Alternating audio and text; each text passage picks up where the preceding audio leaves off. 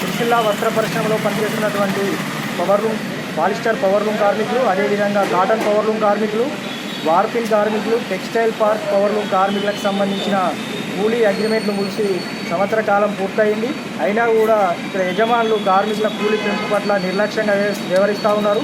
కూలీ పెంచాలని చెప్పి మరి పవర్లూమ్ వర్కర్స్ యూనియన్ ఆధ్వర్యంలో అనేక దఫాలుగా యజమానుల సంఘాలకు ఇక్కడ ఉన్నటువంటి అధికారులకు కూడా వినతి పత్రాలు ఇచ్చినా కూడా కూలీ పెంపు పట్ల మరి యజమానులు అధికారులు నిర్లక్ష్యంగా వ్యవహరిస్తూ ఉన్నారు.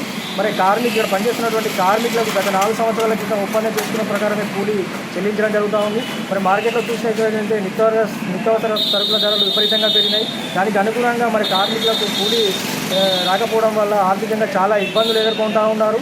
మరి ఇక్కడ చూసినట్లయితే ఇక్కడ దాదాపు అన్ని రంగాల్లో కలుపుకొని 10,000 మంది కార్మికులు పనిచేస్తూ ఉన్నారు. ఈ 10,000 మంది కార్మికులకు సంబంధించి కూలీ వెంటనే పెంచాలని చెప్పి ఈరోజు సిఐటియు పవర్లూమ్ వర్కర్స్ యూనియన్ ఆధ్వర్యంలో జిల్లా కలెక్టర్ గారికి వినతి పత్రం అందించడం జరుగుతూ ఉంది. ఒక వారం రోజుల్లోపు కూలీ సమస్యను పరిష్కరించాలి.